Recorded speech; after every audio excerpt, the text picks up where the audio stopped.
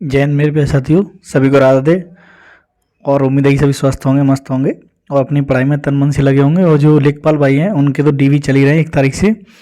तो देखिए 10 दिन के लिए इसमें गैप हो गया था, क्योंकि 20 से लेकर के 31 तक आपकी छुट्टी मान लीजिए, कुछ भी मान लीजिए, उसमें गैप था।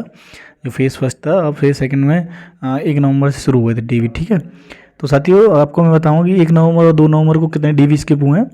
और सबसे महत्वपूर्ण जो बात है आज की, देखिए इसके बारे में बताऊंगा। और पेट को लेकर के बहुत सी चर्चाएं हो रही हैं, तो उसको लेकर के मैं काफ़ी बातें करने वाला हूं, तो आप लास्ट तक इस वीडियो को देखेंगे। ठीक है साथियों, तो देखिए डीवी स्किप की मैं बात बता दूं कि एवरेज वही रहता है। देखिए क्योंकि कहीं पे क्या है कि किसी शिफ्ट मतलब किसी बेंच पर जैसे 8 लोग एब्सेंट हो गए, 7 हो गए, किसी पे 2 हो गए, किसी पे 1 हो गया, कुल मिला करके ऐसे करके पूरे दिन का जो एवरेज निकलता है वो 100, 110, 120 के करीब निकलता है। देखिए अनुमान ही बताया जा सकता है, कोई हम वहाँ पे कोई वहाँ पे अधिकारी नहीं है कि हाँ भाई हम डेली का आपको वहाँ से बता करके बता दें।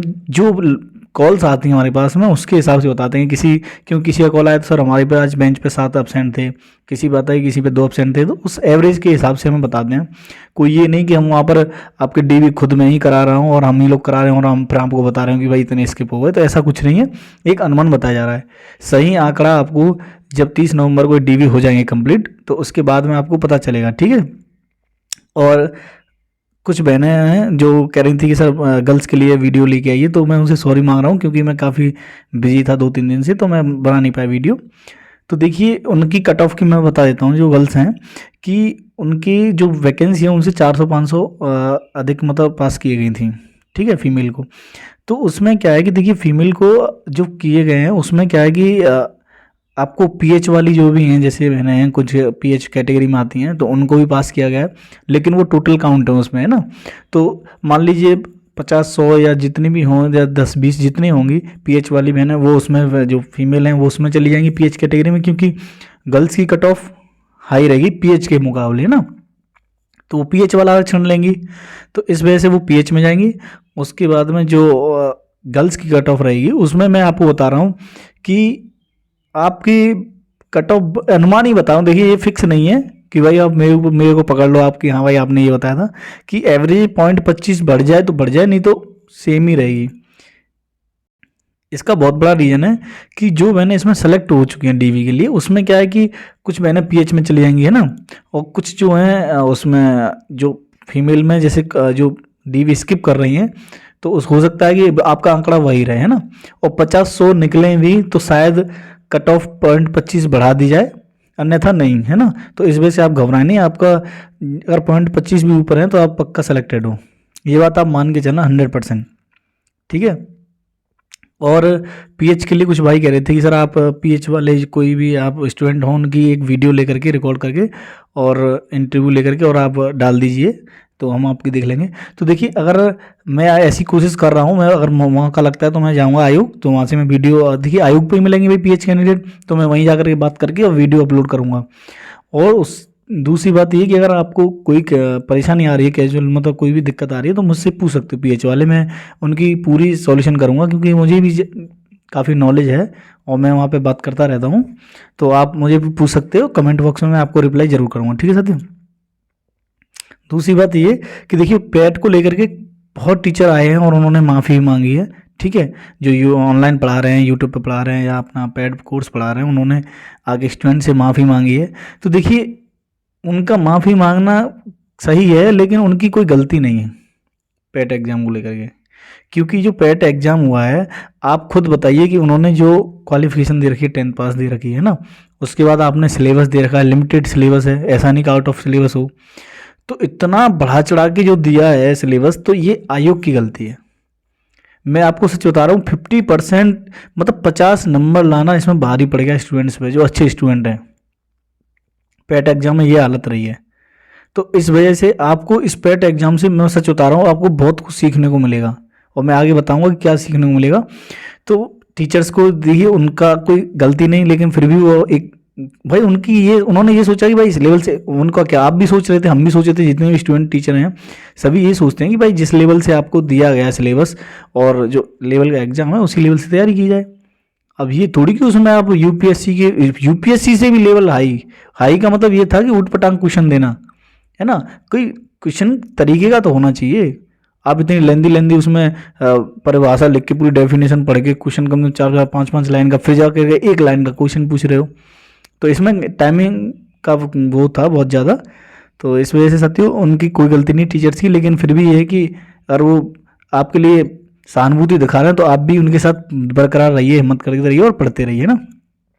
पेट एग्जाम से मैं बता रहा हूँ कि आपको देखिए सबसे पहले क्या करना चाहिए था कि आप चाहे 50 क्वेश्चन पे पहुँचे, है ना, और आपने श्योर जो क्वेश्चन किए आप उसी को रखते, आप नेगेटिव पे नहीं बढ़ते। कुछ लोगों का क्या हुआ, कुछ लोगों का बहुतों ने किया है कि जैसे 50-60 क्वेश्चन पहुंचे हम लोग खींच के, उसके बाद में क्या हुआ कि जैसे लगा कि हाँ यार 50-60 क्वेश्चन पे तो होगा ही नहीं, फिर उन्होंने तुक्का मारना शुरू कर दिया और 80-90 और कुछ 100 पे भी पहुंच गए।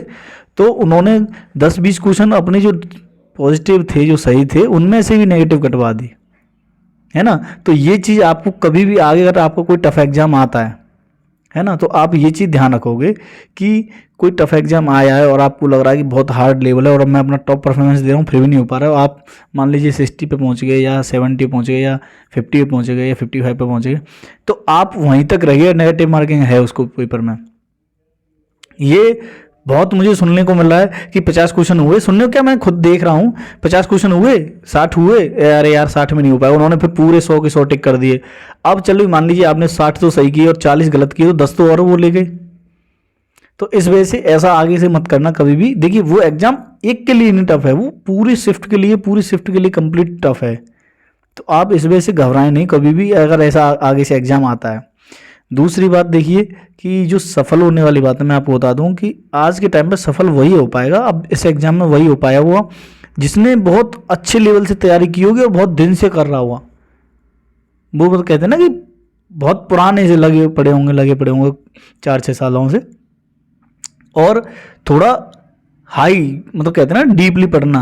एक तो हो गया मान लीजिए ऊपर से रिवीजन करते रहें रट गए, फिर एक जब आपको ये चीज़ कंप्लीट हो जाए तो उसके बाद आप थोड़ा डीप पढ़ना शुरू कर दीजिए।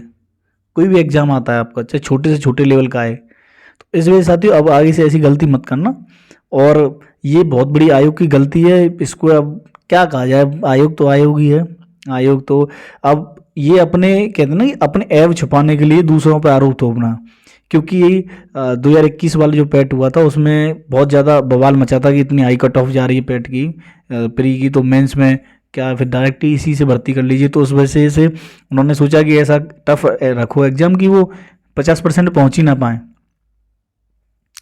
अब वो भी कह देंगे कि आप बताइए प्री में 50 नंबर नहीं ले पा रहे हो, मेंस क्या कर लोगे। तो वो अपना ऐब छुपाने के लिए आप लोगों पर थोप रहे हैं, स्टूडेंट्स पर थोप रहे हैं ना। तो इतना घबराने की जरूरत नहीं है, चलो ठीक है जो हो रहा है, लेकिन आप अपनी हिम्मत रखिए, आगे के लिए पढ़ते रहिए, कंटिन्यू मेहनत रखिए और लेखपाल भाई अपने डीवी कराइए और इसके साथ साथ आप पढ़ाई करते रहिए कंटिन्यू, मैं आपको बता रहा हूँ। क्योंकि पढ़ते रहेंगे तो आपकी हिम्मत बनी रहेगी, और आप बाई चांस आप स्लिप होते हो लास्ट में तो आप समझ लेना कि हिम्मत नहीं हो पाएगी आपकी खड़े होने के लिए। तो इस वजह से पहले से कंटिन्यू रखिए, मैं बार बार आपसे यही रिक्वेस्ट करता हूँ, ठीक है साथियों। और मैं आपके लिए आगे के लिए कोई वीडियो जैसे आती है इस बारे में तो मैं आपको बताऊंगा। और एक जो पीएच वाले भाई हैं उनके लिए मैं वीडियो बना के डालूंगा बहुत जल्दी, क्योंकि मेरी बात चल रही है यार, मेरा मौका लगा आयोग जाने का तो मैं तुरंत वहाँ से रिकॉर्ड करके आपके लिए ज़रूर लाऊंगा, ठीक है साथियों। और आपको कोई परेशानी आती है आप कमेंट बॉक्स में मुझे क्वेश्चंस पूछ सकते हो, मैं आपको तुरंत रिप्लाई करूंगा उसका, तुरंत नहीं लेकिन जब भी मौका लगेगा मुझे, मैं पढ़ लूँगा आपकी कमेंट। तो 2-4 घंटे 10 घंटे या एक दिन में या दूसरे दिन में मैं आपको रिप्लाई पक्का करूँगा, ठीक है साथियों। जय हिंद, सभी को राधे राधे, और वीडियो को लाइक शेयर जरूर करेंगे और चैनल को सब्सक्राइब जरूर करेंगे, ठीक है साथियों। आप लोगों को इतना प्यार मिलता है मुझे बहुत अच्छा लगता है, और मैं इसलिए आपके लिए बड़ी मेहनत करके नई नई चीज़ें लेके आता हूँ ढूंढ करके, और डेली कुछ देखिए मैं क्या, हर कोई जो आपके सामने कुछ ना कुछ लेके आ रहे हैं तो वो कहीं ना कहीं थोड़ी थोड़ी मेहनत वो करके ला रहे हैं ना, चाहे थोड़ी की हो चाहे ज़्यादा की हो, लेकिन मेहनत आपके लिए की जरूर है। तो इस वजह से आप उनको शेयर करेंगे वीडियो को उनके, या लाइक करेंगे या चैनल को सब्सक्राइब करेंगे तो उनको अच्छा लगता है और मेहनत करने में मज़ा आता है ना। अब जैसे आपका एग्जाम हुआ और आपको रिजल्ट अच्छा मिला तो आपको और मेहनत करने का मन करेगा, है ना। तो इसी तरीके से आप किसी चीज़ में मेहनत करो और उसका रिजल्ट अच्छा आता है तो मेहनत करने का बहुत मन होता है, ठीक है साथियों। और अंदर से मोटिवेट रहेंगे किसी चीज़ एग्जाम, ठीक है टफ है, सबके लिए टफ है, आप इसको लेकर के डीप मत जाइए कि अरे हमारा बेकार हो गया। आप देख लेना इसमें 55-60 पे टॉपर होंगे इस एग्ज़ाम में, तो इस वजह से घबराने की जरूरत नहीं है और अपना बेस्ट रखिए, मेहनत करते रहिए, ठीक है साथियों, और वीडियो को लाइक शेयर जरूर करेंगे, चैनल को सब्सक्राइब करेंगे। ठीक है साथियों, जय हिंद, सभी को राधा दे।